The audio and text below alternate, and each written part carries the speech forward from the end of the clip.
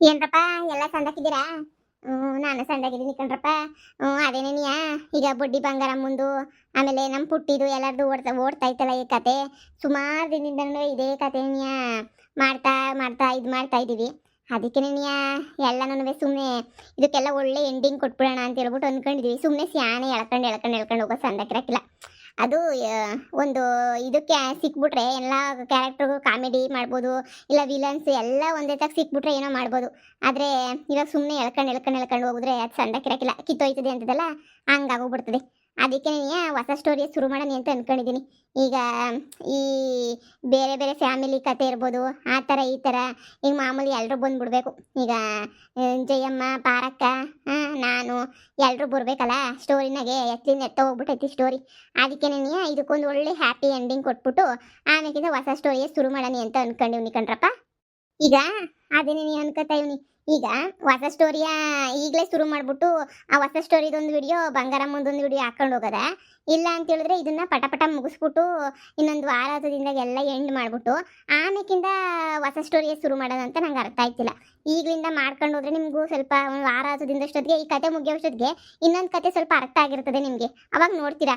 ಈಗ ನಾನು ಸಡನ್ನಾಗಿ ಏನಾರ ಹೊಸ ಕತೆಯ ಶುರು ಮಾಡಿಬಿಟ್ರೆ ಈಗ ಹಂಗೇನೆ ನೋಡಕ್ ಹೋಗಲ್ಲ. ಯಾಕಂದ್ರೆ ನಿಮಗೆ ಮೊದಲಿಗೆ ಯಾವ ಕತೆ ನನಗೆ ಅರ್ಥ ಆಗಕ್ಕಿಲ್ಲ. ಒಳಗಡೆ ಹೋಯ್ತಾನೆ ಕತೆ ಅರ್ಥ ಆಗೋದು ಅಲ್ವಾ. ಅದಕ್ಕೆ ಯೋನ್ ಮಾಡನಿ ಅಂತ ಹೇಳ್ಬಿಟ್ಟು ಯೋಚನೆ ಮಾಡ್ತಿದ್ದೀನಿ ಕಣ್ರಪ್ಪ. ಈಗ ಮೊದಲು ಈ ಕತೆ ಜೊತೆಗೆ ಹಾಕೊಂಡು ಹೋಗ್ಲಾ, ಇಲ್ಲ ಅಂತ ಹೇಳಿದ್ರೆ ಇಲ್ಲ ಅಂದರೆ ಇದೆಲ್ಲ ಮುಗಿಸ್ಬಿಟ್ಟು ಹಾಕೊಂಡು ಹೋಗ್ಲಾ ಅಂತ ಹೇಳ್ಬಿಟ್ಟು ನನಗೂ ಅರ್ಥ ಆಯ್ತಿಲ್ಲ. ಆದರೆ ಈ ಕಿತ ಮಾಡಿದ್ರೆ ಒಳ್ಳೆ ಫ್ಯಾಮಿಲಿ ಕತೆನೇ ಮಾಡಬೇಕು ಅಂತ ಅಂದ್ಕೊಂಡಿವ್ನಿ. ಇರಲಿ, ಬಂಗಾರಮ್ಮನೇ ತೆಗ್ದಾಕಿಲ್ಲ, ಆ ಸ್ಟೋರಿನಾಗೂ ಬಂಗಾರಮ್ಮನ ಹಾಕೊಳ್ಳಿ ಅಂತಲೇ ಅಂದ್ಕೊಂಡಿವ್ನಿ. ಬಂಗಾರಮ್ಮ, ನಾನು, ಆಮೇಲೆ ಸರೋಜಿ ಎಲ್ಲರೂ ಇರಬೇಕು ಅಂತ ಅಂದ್ಕೊಂಡಿವ್ನಿ. ಎಲ್ಲರೂ ದಿಕ್ಕಾಪಲ ಹೋಗ್ಬಿಟ್ಟವ್ರೆ ಈ ಕತೆನಾಗೆ, ಯಾರು ಕೈಗೆ ಸಿಗ್ತಾ ಇಲ್ಲ ಸ್ಟೋರಿನಾಗೆ ಎಳ್ಕೊಳ್ಬೇಕು ಅಂದ್ರೂ. ಅದಕ್ಕೆ ಅವರೆಲ್ಲ ಇದ್ರೇನಿಯೇ ಚಂದ ಅಲ್ವಾ, ಒಂದೊಳ್ಳೆ ಅಲ್ಲೆಲ್ಲ ಒಂಥರ ಎಲ್ಲರೂ ಇರಬೇಕಲ್ವಾ, ಹಂಗಿದ್ರೇನಿಯೇ ಚಂದ. ಅದಕ್ಕೆ ನಾನು ಅನ್ಕೋತಾ ಇದ್ದೆ, ಎಲ್ಲ ಕತೆಯ ನೋಡ್ತಾ ಇವ್ನಿ, ಎಲ್ಲ ಹುಸಿ ಬರ್ಕೋತಾ ಇವ್ನಿ. ಕತೆ ಯಾವ ಥರ ಇದ್ರೆ ಚೆನ್ನಾಗಿರ್ತದೆ, ಕಾಮಿಡಿ ಎಲ್ಲನೂ ಇರಬೇಕಲ್ವಾ. ಜೊತೆಗೆ ನಾನಿದ್ರೆ ಚಂದ, ನಮ್ಮ ಜಯಮ್ಮ ಇದ್ರೆ ಇನ್ನೂ ಚಂದ. ಅದಕ್ಕೆ ಅನ್ಕೋತಾ ಇದ್ದೆ. ಅದಕ್ಕೆ ಹೊಸಿ ನಿಮ್ಮನ್ನು ಕೇಳ್ಕೊಂಡು ಹೋಗೋನಿ, ನೀವೇನು ಹೇಳ್ತಿರೋ, ಏನಾರ ಹಿಂಗೆ ಮಾಡಿ ಅಂತ ಸಜೆಷನ್ ಕೊಡ್ತಿರಲ್ಲ. ಎಲ್ರಿಗೂ ಈ ಕತೆ ಆಗಲೇನಿಯ ಸಾಕಾಗೋಗ್ಬಿಟ್ಟೈತೆ, ನನಗೂ ಗೊತ್ತು, ಅರ್ಥ ಆಯ್ತೈತೆ. ಬಂಗಾರ ಮುಂದಿನ ಎಷ್ಟು ಅಂತ ನೀವು ತಾನೇ ನೋಡೋಕ್ಕಾಯ್ತದೆ. ಅದಕ್ಕೆ ಇದಕ್ಕೊಂದು ಹ್ಯಾಪಿ ಎಂಡಿಂಗ್ ಕೊಡಬೇಕು ಅಂತ ಅಂದ್ಕೊಂಡಿವ್ನಿ. ಈಗ ಸುಮ್ಮನೆ ಮುರಿದಾಕೋದು, ಇವ್ರಿಗೆ ಬೇಜಾರು ಮಾಡೋದು ಅದೆಲ್ಲ ಬೇಡ. ಎಲ್ಲರಿಗೂ ಸೇರಿ ಒಂದು ಒಳ್ಳೆ ಹ್ಯಾಪಿ ಎಂಡಿಂಗ್ ಕೊಟ್ಬಿಟ್ಟು ಒಂದು ಹೊಸ ಕಥೆಯ ಶುರು ಮಾಡಬೇಕು ಕಣ್ರಪ್ಪ.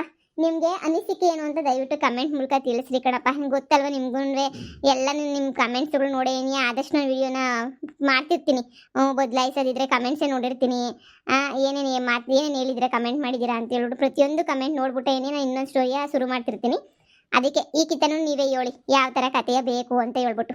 ಮನೆ ಕತೆ ಚಾನಲ್ ಆಗಲೇ ಹೊಸ ಕತೆ ಶುರುವಾಗೈತೆ, ಮುಂದೊಂದು ವಿಡಿಯೋ ಹಾಕೊಂಡು ಹೋಯ್ತಾ ಇದ್ದೀನಿ ಅದನ್ನು. ಅದೆಲ್ಲ ಸ್ವಲ್ಪ ಜನರಿಗೆ ತಲುಪಲಿ ಅಂತ ಹೇಳ್ಬಿಟ್ಟು ಸುಮ್ಮನೆ ಇದ್ದೀನಿ. ಅದೆಲ್ಲ ತಲುಪಿದ್ಮೇಲೆ ಆ ವಿಡಿಯೋಸ್ನು ಶಾನೆ ಹಾಕೊಂಡು ಹೋಯ್ತೀನಿ. ಇನ್ನು ಈ ಹಳ್ಳಿ ಮನೆ ಕತೆನಾಗ ಅದೇ ಸುಮಾರು ವರ್ಷದಿಂದ ಇದೇನೇ ಓಡ್ತಾ ಐತೆ. ಯಾಕೋ ನನಗೂ ಸಾಕು ಎಳೆದಿದ್ದು, ಬೇಡ ಶಾನೆ ಎಳೆಯೋದು ಅಂತ ಅನ್ನಿಸ್ತೈತೆ ಕಣ್ರಪ್ಪ. ಅದಕ್ಕೆ ನಿಮ್ಮ ಅನಿಸಿಕೆ ಏನು ಅಂತ ದಯವಿಟ್ಟು ಕಮೆಂಟ್ ಮೂಲಕ ತಿಳಿಸಿ. ಹಾಗೇನೇ ನಿಮ್ಗೆ ಯಾವ ಥರ ಸ್ಟೋರಿಗಳು ಇಷ್ಟ ಆಯ್ತವೆ ಅಂತ ದಯವಿಟ್ಟು ಕಮೆಂಟ್ ಮೂಲಕ ತಿಳಿಸಿ. ನನಗೆ ತುಂಬ ಕಾಮಿಡಿನಿಯ ಹಾಕ್ಬೇಕು ಅಂತ ಅನ್ನಿಸ್ತದೆ. ಸೀರಿಯಸ್ ಅವೆಲ್ಲ ನನಗೆ ಅಷ್ಟೊಂದು ಅಳವು, ದುಃಖ ಮಾಡ್ಕೊಳ್ಳವು ಅವೆಲ್ಲ ನನಗಂತೂ ಕತೆ ಮಾಡೋಕ್ಕೆ ಇಷ್ಟ ಆಗೋಕ್ಕಿಲ್ಲ. ಎಲ್ಲರೂ ಮನೆಯಾಗೆ ಅಳೋದು ಅದೆಲ್ಲ ನನಗೆ ಮಾಮೂಲಿ ಇದ್ದೇ ಇರ್ತದೆ. ಏನೋ ಒಂದು ವಿಡಿಯೋ ನೋಡಿದ್ರೆ ಮುಖದಾಗ ಒಂಚೂರು ನಗು ಬರ್ಬೇಕು ಅಷ್ಟೇ. ಆ ಥರ ಮಾಡಬೇಕು ಅಂತ ತುಂಬ ಪ್ರಯತ್ನ ಪಡ್ತಾ ಇವ್ನಿ. ಆದರೆ ಒಂದ್ಸಲ ಕತೆ ಎಲ್ಲಿಂದ ಎಲ್ಗೂ ತಗೊಂಡೋಗ್ಬಿಟ್ಟಾಗ ಒಂದೊಂದು ಸ್ವಲ್ಪ ಉಲ್ಟಾಪಟ್ಟ ಆಯ್ತದೆ. ಆದರೂ ಅದನ್ನು ಎಳ್ಕೊಂಡು ಬಂದು ಏನೋ ಮೇಂಟೈನ್ ಮಾಡ್ತಾ ಇವ್ನಿ. ನೋಡಿ, ನನಗಂತೂ ಹಂಗೆ ಸ್ವಲ್ಪ ಕಾಮಿಡಿ ಇರಬೇಕು, ಅವೆಲ್ಲ ಇದ್ರೇನೇ ಚಂದ ಅಲ್ವಾ ಅನ್ಕೋತಾ ಇವ್ನಿ. ಅದೇ ಥರ ಮಾಡಬೇಕು ಅಂತ ದಯವಿಟ್ಟು ನಿಮ್ಗೆ ಯಾವ್ಯಾವ ಥರ ಕತೆಗಳು ಇಷ್ಟ ಆಯ್ತವೆ ಏನು ಅವೆಲ್ಲ ದಯವಿಟ್ಟು ಕಮೆಂಟ್ ಮೂಲಕ ತಿಳಿಸಿ.